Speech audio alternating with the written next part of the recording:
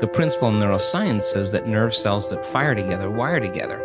You keep thinking the same way, making the same choices, demonstrating the same habits, creating the same experiences that stamp the same networks of neurons into the same patterns, all for the familiar feeling called you. And you do that for 10 years on end. You're going to begin to hardwire certain patterns in your brain that becomes your identity. And by the time we're 35 years old, it kind of becomes fixed, right? And psychology used to say that you can't change that, but we now know that you can. Henry David Thoreau had probably the greatest definition of success that I have ever heard.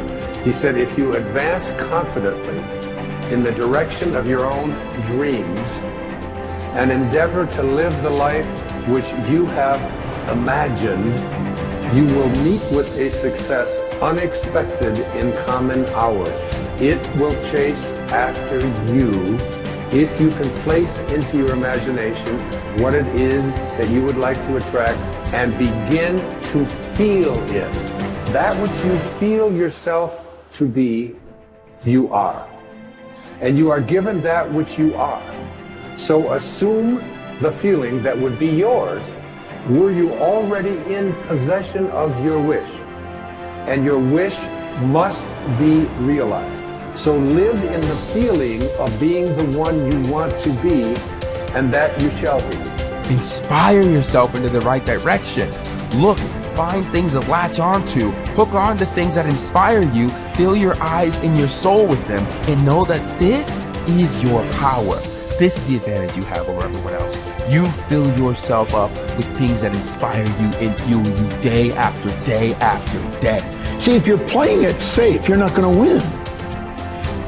If you're playing it safe, like that old saying, you were taught when you were a little girl, better to be safe than sorry. Well, that's a bunch of crap.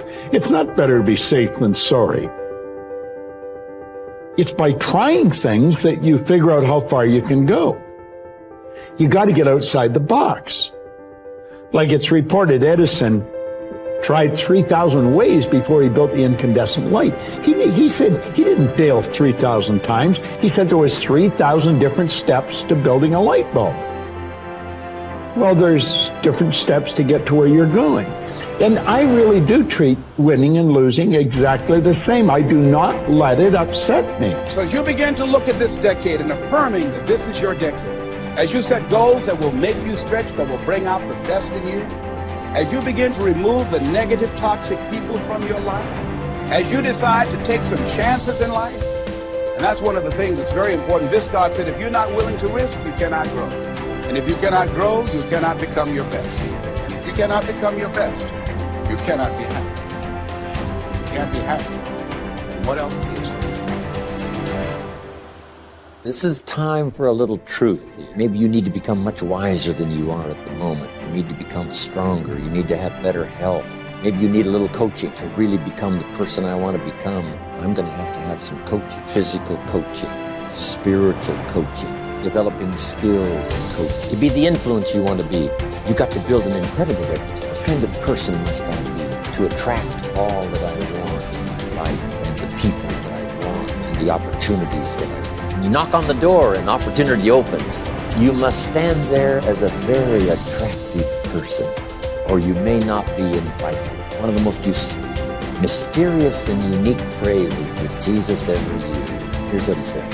I stand at the door and if you opened the door, would you probably invite him in? This extraordinary person.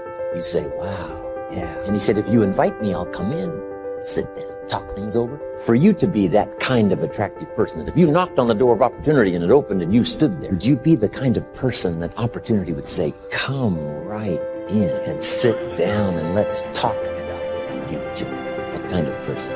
One of the major reasons why goal setting doesn't work for some people is that they become bogged down in the how.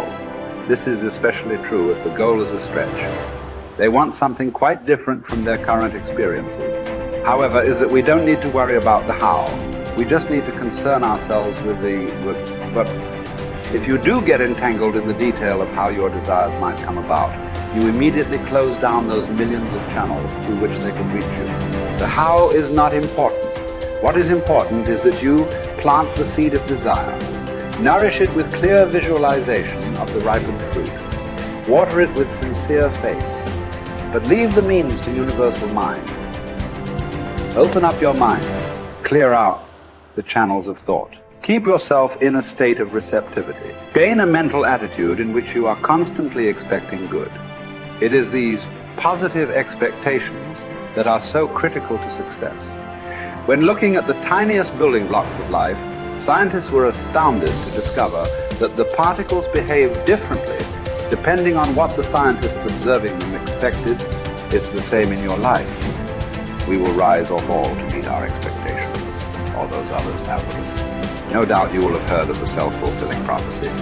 But do you know who first coined the term? It was a sociologist called Robert K.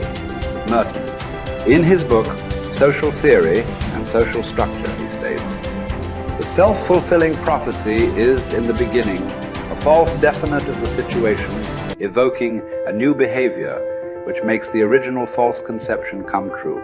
This specious validity of the self-fulfilling prophecy perpetuates a reign of error. For the prophet will cite the actual course of events as proof that he was right from the very beginning. In other words, if you make up your mind about something, then you immediately influence your behavior and ultimately your results. Whether your assumption is true or not is irrelevant, because the belief that it is will alter your behavior to bring about a reign of error that vindicates your initial assumption. So, forget about the how.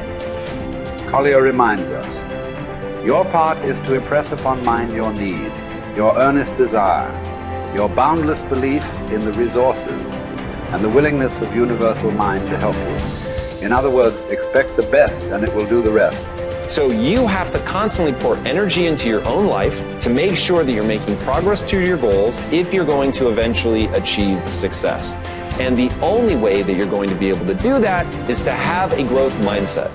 Now, really simply, a growth mindset is that you believe that your talent and intelligence are not fixed traits, that you can get better at something as you put time and energy into getting better at that thing. It's what I call the only belief that matters.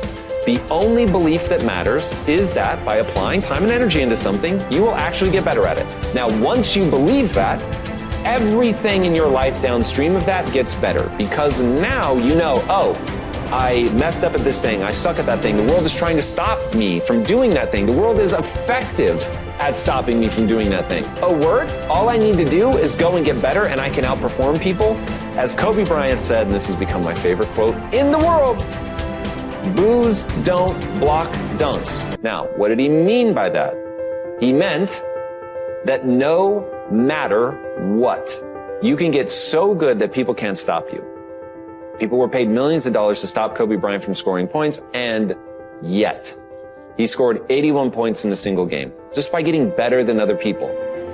Getting better than other people requires you to have a growth mindset. That's the growth part. You're going to get better so that when you fail, and you will fail over and over and over and over and over and over and over again, and it's going to be embarrassing and it's going to hurt and all that, but when you fail, if you believe, oh, failing means that I'm a failure because my talent and intelligence are fixed traits, there's nothing I can do to get better, you will stop. Why wouldn't you? It's the only thing that makes sense. But if, on the other hand, you believe that, oh, I can get better at this. I'm not good enough yet, but I can get good enough by applying time and energy into getting better.